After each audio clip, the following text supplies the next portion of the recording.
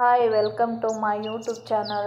Hi friends, ಎಲ್ಲರೂ ಹೇಗಿದ್ದೀರಾ? Hope ಎಲ್ಲರೂ ಚೆನ್ನಾಗಿದ್ದೀರಾ ಅಂತ ಭಾವಿಸ್ತಾ ಇವತ್ತಿನ ದಿನ ನಾನು ಬೆಂಡೆಕಾಯಿ ಪಲ್ಯ ಮಾಡುವ ವಿಧಾನ, ನಮ್ಮ ಮನೆಯಲ್ಲಿ ಬೆಂಡೆಕಾಯಿನ ಹೇಗೆ ಮಾಡಿದ್ದೇನೆ ಅಂತ ನಿಮಗೆ ಎಲ್ಲ ತೋರಿಸ್ತೀನಿ. ನೋಡ್ಕೊಂಡು ಬರೋಣ ಬನ್ನಿ. ನಾನು ಒಂದು 1/4 kg ಆಗೋಷ್ಟು ಬೆಂಡೆಕಾಯಿ ತಗೊಂಡಿದ್ದೀನಿ. ಇದನ್ನು ತೊಳೆದು ಇಟ್ಟಿದ್ದೀನಿ. ನೀರೆಲ್ಲ ಹಿಂಗೆ ಹೋಗಿದೆ. ತೊಳೆದಿಟ್ಕೋಬೇಕು. ತೊಳೆದಿಟ್ಕೊಂಡು ಸಣ್ಣಕ್ಕೆ ಕಟ್ ಮಾಡ್ಕೊಳ್ಳಿ. ನಾ 1/4 kg ತಗೊಂಡಿದ್ದೀನಿ. ನೀವು ಎಷ್ಟು ಜನ ಇದ್ದೀರಾ, ಜಾಸ್ತಿ ಇದ್ದರೆ ಜಾಸ್ತಿ ತಗೋಬೋದು. ನಾವು ಇಬ್ಬರೇ ಇರೋದಕ್ಕೆ ಒಂದು 1/4 kg ತಗೊಂಡು ಸಣ್ಣಕ್ಕೆ ಕಟ್ ಮಾಡ್ಕೋಬೇಕು. ಕಟ್ ಮಾಡ್ಕೊಂಡೆಲ್ಲ ಆಯಿತು. ಗ್ಯಾಸ್ ಸ್ಟವ್ ಆನ್ ಮಾಡಿಬಿಟ್ಟು ನಾನು ಚಪಾತಿ ಮಾಡೋ ಹಂಚನ್ನು ಇಟ್ಕೊಂಡಿದ್ದೀನಿ. ನಿಮ್ಮ ಮನೇಲಿ ಯಾವುದಿರುತ್ತೋ ಅದನ್ನ ಯೂಸ್ ಮಾಡ್ಬೋದು. ನಾನು ಚಪಾತಿ ಹಂಚಲ್ಲೇ ಬೇಯಿಸ್ಕೊತಾ ಇದ್ದೀನಿ. ಇದನ್ನೆಲ್ಲ ಎಣ್ಣೆ ಹಾಕ್ಕೊಂಡು ಸ್ವಲ್ಪ ಅಡುಗೆ ಎಣ್ಣೆ ಹಾಕಿಬಿಟ್ಟು ಫ್ರೈ ಮಾಡ್ಕೋಬೇಕು. ಒಂದು 15 ನಿಮಿಷ ಇಲ್ಲ 20 ನಿಮಿಷ ಫ್ರೈ ಮಾಡ್ಕೊಳ್ಳಿ.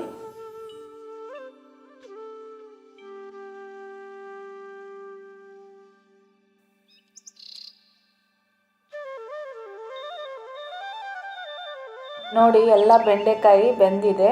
ಎಲ್ಲ ಫ್ರೈ ಮಾಡಿದ್ನಲ್ಲ, ಅದೆಲ್ಲ ಬೆಂದ್ಕೊಂಡಿದೆ. ಇವಾಗ ಅದಕ್ಕೇನು ಮಾಡಬೇಕು, ಒಂದು ಪ್ಲೇಟ್ ಮುಚ್ಚಿ ಒಂದು 15ರಿಂದ 20 ನಿಮಿಷ ಬಿಟ್ಟು ತರಕಾರಿ ಎಲ್ಲ ಕಟ್ ಮಾಡ್ಕೊಳ್ಳಿ. ಒಂದು ಕಡಾಯಿ ಇಟ್ಕೊಂಡಿದ್ದೀನಿ. ಗ್ಯಾಸ್ ಮೇಲೆ ಕಡಾಯಿ ಇಟ್ಕೊಂಡು ಒಂದು 2 ಸ್ಪೂನಷ್ಟು ಎಣ್ಣೆ ಹಾಕ್ಕೊಳ್ಳಿ. ಎಣ್ಣೆ ಹಾಕ್ಕೊಂಡು ಎಣ್ಣೆ ಬಿಸಿ ಆದ ನಂತರ ಸಾಸಿವೆ, ಜೀರಿಗೆ, ಉದ್ದಿನ ಬೇಳೆಯನ್ನು ಹಾಕಿದ ತಕ್ಷಣ ಏನು ಮಾಡಬೇಕು, ಅದು ಚಟಪಟ ಅನ್ನುತ್ತೆ. ಆದ ತಕ್ಷಣ ಸ್ವಲ್ಪ ಉದ್ದಿನ ಬೇಳೆನ ಹಾಕ್ಕೊಂಡಿದ್ದೀನಿ. ನೀವು ಬೇಕಾದರೆ ಹಾಕ್ಕೋಬೋದು, ಇಲ್ಲಾಂದರೆ ಇಲ್ಲ. ಅದಕ್ಕೆ ತರಕಾರಿ ಎಲ್ಲ ಕಟ್ ಮಾಡ್ಕೊಂಡಿದ್ನಲ್ಲ, ಒಂದು ಈರುಳ್ಳಿ, ಒಂದು ಟೊಮೊಟೊ ಮತ್ತು ಕೊತ್ತಂಬರಿ, ಕರಿಬೇವು.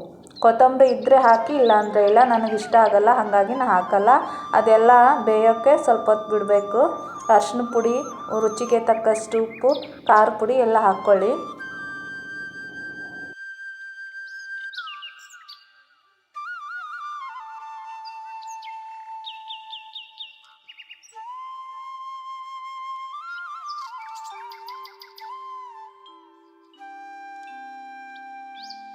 ಎಲ್ಲ ತರಕಾರಿ ಬೆಂದಿದೆ. ಎಲ್ಲ ಉಪ್ಪು ಖಾರ ಎಲ್ಲ ಆದಮೇಲೆ ಬೆಂಡೆಕಾಯಿ ಫ್ರೈ ಮಾಡಿ ಇಟ್ಕೊಂಡಿದ್ದು ಅದಕ್ಕೆ ಒಗ್ಗರಣೆಗೆ ಹಾಕಬೇಕು. ಒಗ್ಗರಣೆಗೆ ಹಾಕಿ ಎಲ್ಲ ಕೈ ಆಡಿಸ್ಬೇಕು. ನಾನು ಪಲ್ಯ ಪೌಡ್ರ್ ಅಂತ ಮಾಡಿಟ್ಕೊಂಡಿದ್ದೀನಿ. ಅದಕ್ಕೆ ಸ್ವಲ್ಪ ಪಲ್ಯ ಪೌಡ್ರ್ ಹಾಕಿದ್ದೆ. ತಳಕ್ಕೆಲ್ಲ ಉಪ್ಪು ಖಾರ ಹತ್ಕೊಂಡ್ಬಿಟ್ಟಿರುತ್ತೆ. ಹಾಗಾಗಿ ಒಂದು ಅರ್ಧ ಗ್ಲಾಸಷ್ಟು ನೀರು ಹಾಕಿರಿ. ನೀರು ಹಾಕಿದರೆ ಎಲ್ಲ ಅಂಟ್ಕೊಳ್ಳುತ್ತೆ ಪಲ್ಯಕ್ಕೆಲ್ಲ. ಸ್ವಲ್ಪ ಧನಿಯಾ ಪೌಡ್ರ್ ಹಾಕ್ಕೊಳ್ಳಿ. ನೋಡಿ, ಬೆಂಡೆಕಾಯಿ ಪಲ್ಯ ರೆಡಿ ಆಯಿತು. ನೋಡಿದ್ರಲ್ಲ ಫ್ರೆಂಡ್ಸ್, ಈ ವಿಡಿಯೋ ನಿಮಗೆ ಇಷ್ಟ ಆದರೆ ಒಂದು ಲೈಕ್ ಕೊಟ್ಟು ಸಬ್ಸ್ಕ್ರೈಬ್ ಮಾಡೋದನ್ನು ಮಾತ್ರ ಮರಿಬೇಡಿ. ಈ ಪಲ್ಯವನ್ನು ಚಪಾತಿ ಜೊತೆಗೆ ನೆಂಚ್ಕೊಂಡು ತಿಂದರೆ ತುಂಬ ಚೆನ್ನಾಗಿರುತ್ತೆ ಮತ್ತು ಹೆಲ್ತಿ ಆ್ಯಂಡ್ ಟೇಸ್ಟಿ ಅಂತಲೇ ಹೇಳಬಹುದು.